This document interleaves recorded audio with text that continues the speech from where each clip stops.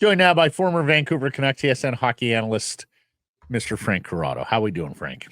I'm doing well, boys. The sun is out. It's feeling like, spring is in the air. Golf season's around the corner. We got Augusta this weekend. This is a great weekend. I don't know how you guys feel, but it's awesome. And as you saw firsthand, the Philadelphia Flyers are ready to start golfing. Ooh, nice segue. Yeah, I saw that last night. I was in the building calling that game for TSN, and it was quite obvious. It was such an important game for Philadelphia, and Montreal dominated from start to finish. And Juraj Slafkovsky puts up a hat trick.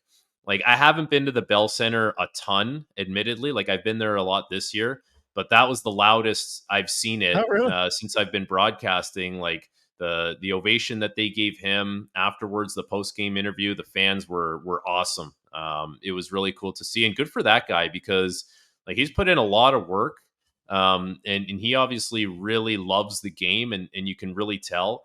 But like it's a cautionary tale for a lot of people that maybe want to label a high pick a bust or say that they're not very good, because Byfield's had a great year, Lafreniere has had a great year, and since the All-Star break, Slavkovsky's a point per game player. He's got 12 goals in 29 games, so he's really come a long way in his game.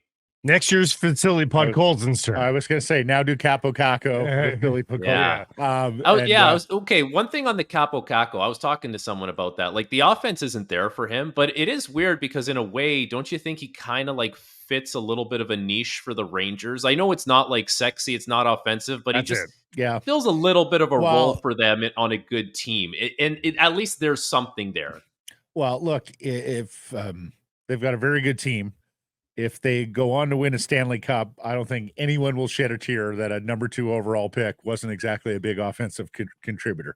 If he was a contributor. And the thing is if he's drafted 15th overall, you're happy with this. Then you're like, oh, you know what? He's an NHL player. We don't care. You just had 2 you expected to hit, you know? So totally. I can't let this slide though, Blake. Did you hear golf season's around the corner? How quaint. Oh, here we go. Give our best to Ontario Golf. And he's still on the ground right now? And he's still on the ground, or did you get it all melt away there? No, literally no snow. And I'm the guy in my neighborhood who, at the very first opportunity, is out there with shorts, t-shirt, flip-flops. Like, I am the first one to fully transition into that mode. And I sit on my front steps, I have a coffee, and I will talk to every single person that walks by. And my poor wife, will just look at me and be like, "Can you please just stop talking to people?" And she's like looking away, and it's great times. The sun is out. Let's the dad genes are strong with this one. I was going to say the dad vibes are there. Somehow he's a 65-year-old Italian man in the body. Hey, wait a second. I will draw the line there. I do not water my driveway. That I draw the line there.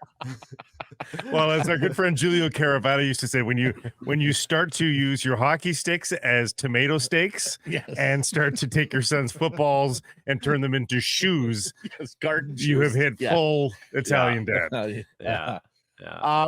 Let's ask you our poll question here, Frankie. You said you wanted to weigh in. The black skate jersey, of course, so popular with Canucks fans. They have a terrific record in it this year. Do you want to see them wear it in the Stanley Cup playoffs? And what do you think the guys in the room think about the jersey? I do want to see them wear it in the playoffs. There's no doubt about that. I have always been of the belief that my favorite jersey in Vancouver is the stick in the rink. I don't know. For some reason, it's original. I feel like the best jerseys around the league, the logos anyways, have never really changed or deviated, especially when it comes to the original 6 franchises. I think it's cool to have that originality kind of go through the decades. But with that being said, the Canucks obviously play well in those jerseys. They look mean. Like, I think there's a little bit of an intimidation factor. I'd be really curious to see what whites, like the white skate, would look like. I don't think we've seen that yet. The only critique, and I don't know if Wyatt is going to kill me for saying this, the only critique is the black skate jersey needs a little bit of like a white accent somewhere in it. It doesn't make sense that it's just black yellow, and red. Like, am I missing a color there? Like, I feel like there's no white accent to tie it all together. So that's Hang my on. only critique with the jersey. But I will say I've always been of the belief that the stick in the rink is the Canucks logo. But I which do like the black jersey. 1970 stick and rink or the stylized version of the aughts? Which one are you Well, talking doesn't about? matter. I It went. does matter. I don't like the stylized one. I went back and looked at this recently, and Yeah. I don't like. Can you can find much of a difference between the Oh two? yeah, Like, the I guess angled stick, yeah, and they don't have the white background for the probably rink. more of the modern one. And I also like with the shoulder patch. The shoulder patch. I don't like the white on the shoulder patch. I prefer it when it was a little more subtle. You know what I'm talking about? Like when I played there, we had the stick in the rink shoulder patch. I don't think it was white. I think it was blue on blue. It was, yeah. Uh-huh. Yeah. So take me into the room and into the superstitions of hockey players as a group. Played well in it. Will that be enough to carry the day where they'll go to management and say, we want to They've wear noticed, this? haven't they? They've noticed that Oh. they win and stuff. But wouldn't management notice that and be like, "Hey, we play really well in these jerseys. Let's make a call on that." And like, I don't know, who would be stopping you from wearing those jerseys? Isn't that an internal discussion that you have? No, you have to register it with the league. I believe it would be your namesake stopping them from wearing that. Oh, that he part. likes Yes. the blue I and see. green. But you do have to. So that's why I'm not sure management is going to go. I think it's going to have to be player driven. Okay. Here's another take for you. I like the Orca logo with Vancouver. I don't like it now without Vancouver. How do you feel about that?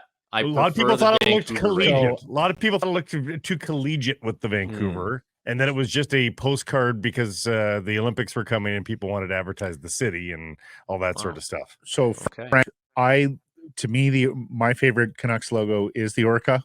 I'm in the minority there, a strong minority. A lot of people here, for some reason, hate the Orca. But, to me, it symbolizes more about the city, the region, the team than stick and rink, black skate, or even Johnny Canuck, which of course has never been brought to the front of the sweater, but we can dare to dream. We have to again clarify though, and Frank may not have heard this part. You can only declare one home jersey, so they can't wear the black and the blue. Right. Okay.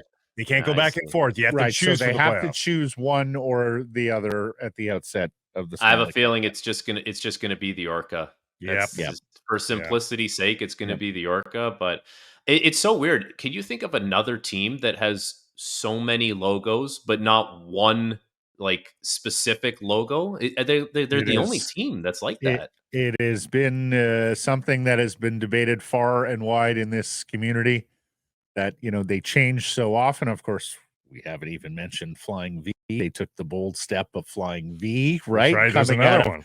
Stick and rink with a full color scheme change that morphed into skate. Then we got Vancouver and Orca. We had a unfortunate salmon experience once to the jerseys. Sprite can ones.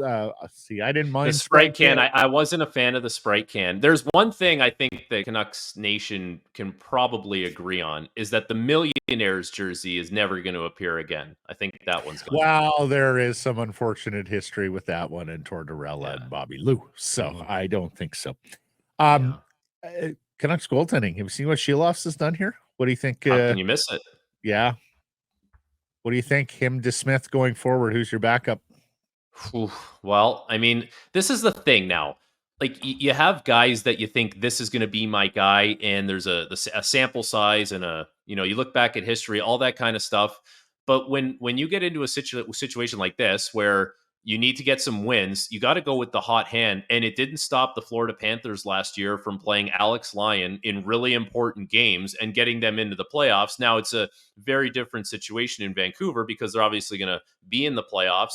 They would like to finish the season strong and win their division. And the Edmonton Oilers still have 2 games in hand. So you're going to have to take care of business and play against Arizona tonight. But I don't know. Like, I kind of think you go with who gives you a better chance to win on any given night.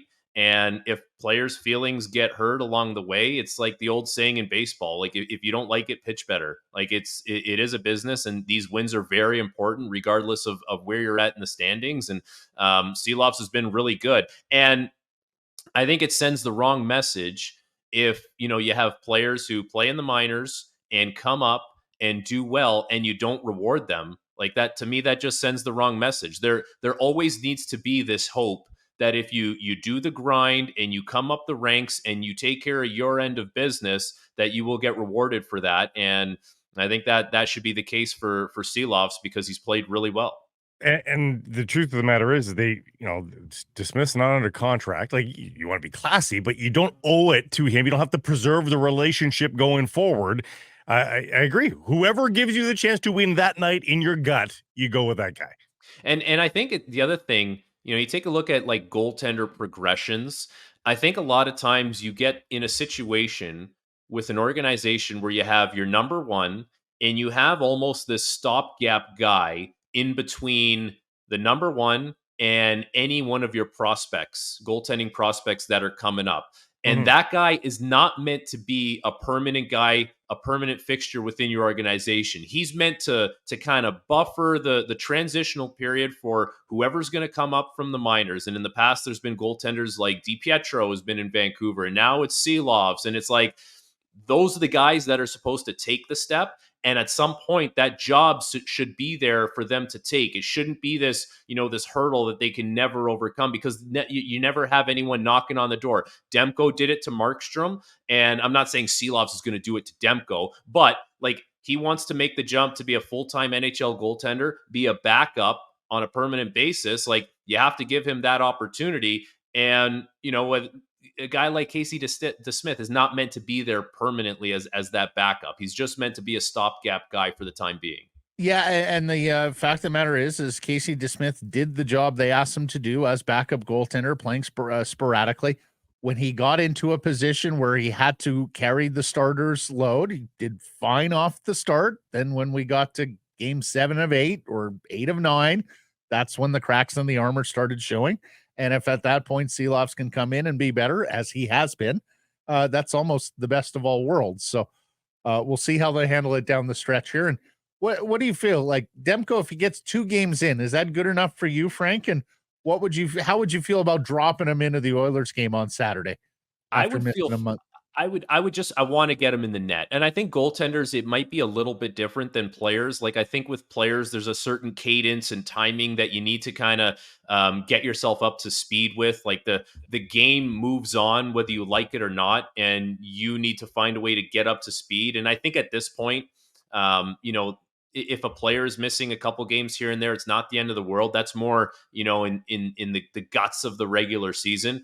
But goaltenders, it's almost different, because they're almost isolated away from the team, doing their own goaltending technical stuff all the time. So I feel like you really can simulate more of what a goaltender is going to go through in a game in a practice situation. It's almost like, in baseball, we hear a pitcher goes down and pitches a simulated game. Like, a player can't play a simulated game, but a goaltender, he can do a lot more things in his practice ice that can get him ready for the game. So I don't necessarily think he needs a long runway. The only thing is going to be not necessarily performance based. It's going to be, how does the injury hold up? Like, are you reconditioned enough that you can withstand the rigors of a game? That would be the biggest question mark. And that would be the incentive to get him back into a couple games to see how do you react after game 1? How do you feel going into game 2? Because as you know, once the playoffs hit, you're playing every other night. And like, it would just be so detrimental to the Canucks' chances if Thatcher Demko comes back and something doesn't feel right and he's playing hurt or he has to leave again. Like, you don't have a ton of time, but you have to kind of gauge where he's at, so kind of what to expect come playoff time, health-wise, not necessarily performance-wise. Unofficial third star in the building the other night were the vibes. Tell me what role these play for the Vancouver Canucks now and in the playoffs, because they've been meh lately. They've been a 500 club for a little while here. And perhaps it's no coincidence that the day that they have a little gag inside the dressing room and JT Miller makes these cheeky 400th game commemorative T-shirts for his team, for his line mate Connor Garland, that they pull out a comeback, a multi-goal comeback, and finally beat a playoff team and get one over on the Golden Knights in the end. How big a role does stuff like that play in gelling a team right now? First of all, I thought that was brilliant. Like the whole T-shirt, like the way it was done was outstanding. And I gotta say, like I was in Vancouver to watch a game earlier in the season, and I do a lot of games in the building in Toronto on radio. And now I've been in Montreal a bunch. I've been around the league quite a bit this year. I was in Dallas, I was in Tampa, I was at MSG, a couple other places I can't remember right now. But the vibes in the arena in Vancouver were awesome. Like I really thought the crowd played up the game. Like they were really attentive, they were loud, and I believe it was a 2-0 win versus Dallas. And I think that's one of those games where it could be a little sleepy because it's maybe not high event. But I thought they were awesome. I thought the crowd was great. So there's that. The other thing within the group, something like that, like the T-shirts. I think that just goes a long way as far as like bringing the guys together and maybe adding a little levity to a time of the year where it's a bit of a slog getting to the end of the year, and it's nice to have something like that where the guys come to the arena and there's just something to laugh about, and it's a little more lighthearted. But I was thoroughly impressed when I came to Vancouver early in the year and watched that game and how the crowd reacted. It was a really cool environment. I don't know that we could have predicted that within the room, though, because, there was questions when Bo Horvat's traded. There was questions about the relationship between Miller and Pettersson for a long while. And it seems now things have gotten to a place where even if they're not best friends inside the room, it certainly seems jovial enough. It seems gelled enough inside that room. Well, you know why that is? Because when you're on a winning team, you park a lot of the garbage and you just know that your team has a chance to do something special. And I think that is going to always be at the forefront. If you're on a bad team, you're on a mediocre team, it's like all garbage. of a sudden those things seem to percolate, and they seem to fester a little bit more because it's like, I don't know, there's no bigger like task at hand because you just know your team's not very good. You're probably not going anywhere. There's players that are frustrated because maybe they're having bad seasons, or they feel like someone has failed them in the room or on the ice, all that kind of stuff. But when the team is good, it's like, you can't spoil that. You can't spoil that on ego and I don't like this and I don't like that, because you really don't know how many opportunities you're going to get in the NHL to be on a winning team and try and make something of it. Like I played 4 playoff games as a 20-year-old, and everyone tells you, like, stay in the moment, yes, but you don't know if you're going to get that opportunity again. And it's so true. And I think when guys realize that, it brings the group together in a way that playing on a team that maybe isn't as good doesn't. And that's certainly been the case for the Canucks, because there's been a lot of good stories individually, but the way the group has come together and gotten through some stretches of the season where they maybe didn't play their best hockey, won some games they weren't supposed to, stuck up for each other in a number of different games. It's all been part of the recipe that gets them to where they are now, and that's first in the Pacific. And I hope the vibes are good enough that they can win the division, because I keep going on SportsCenter and talking about how the Pacific Division belongs to the Vancouver Canucks and this and that, and then they drop 2, and all of a sudden Edmonton's nipping at their heels, and I'm like, I just can't do some guy grabbing the little clip from Jay Onright's show and saying what a bozo this guy is. So I'm really happy the vibes are good right now because they're getting some wins, and that's good for Team Frankei over here. Yeah, well, and the Pacific Division, as you note, I think is going to be quite interesting to watch. We're 10 years into this playoff format. I saw LeBron's article on The Athletic today. I know there's been a lot of griping in your hometown because the Leafs continue to draw really good opponents in that 2-3 matchup. But at large, do you think this mostly divisional playoff format has achieved what it was intending to achieve, and that is to sort of poke and fuel rivalries and interdivision rivalries? I think at this point, it maybe did at the beginning, but at this point, things have gone stale. Like, who wants to watch Edmonton versus LA again? I don't. I'm bored of it. I don't want to watch Toronto versus Boston. I don't want to watch Toronto versus Tampa Bay. Like, go down the list of teams that seemingly meet in the playoffs every single year, and I almost dread it because I've watched it and I'm tired of it. I would actually rather see like you know I'm calling Habs games, okay, here for TSN. And I realized earlier on in the season, Montreal and Ottawa only play each other 3 times this year. And I'm like, that makes no sense. Why are they not playing at least 4, maybe 5 times? So do more of the divisional games in the regular season. Like maybe the Pacific teams don't need to play the Central teams as much and get another game within your own division. But I think if you have leave it open to you can play anyone within your conference, now we're organically building some rivalries that can come playoff time, maybe rejuvenate or spark something new. I feel like it's really gone stale as far as knowing that you're going to have to play the same team every year. I'm coming around with you on that, buddy. Good hit. Thank you for this. We'll catch up next week. And that point, who knows, Frank? We may know who they're matching up against in the first round of the Stanley I think we will. playoffs. Yeah. Yep. We'll see. All right, boys. See ya. Hey, everybody, if you're enjoying what you're seeing here, then follow along with Sekeres and Price on YouTube. I promise more content coming. The kids call it subscribe on YouTube. Well, how about liking it? Do that as well. Smash it right now.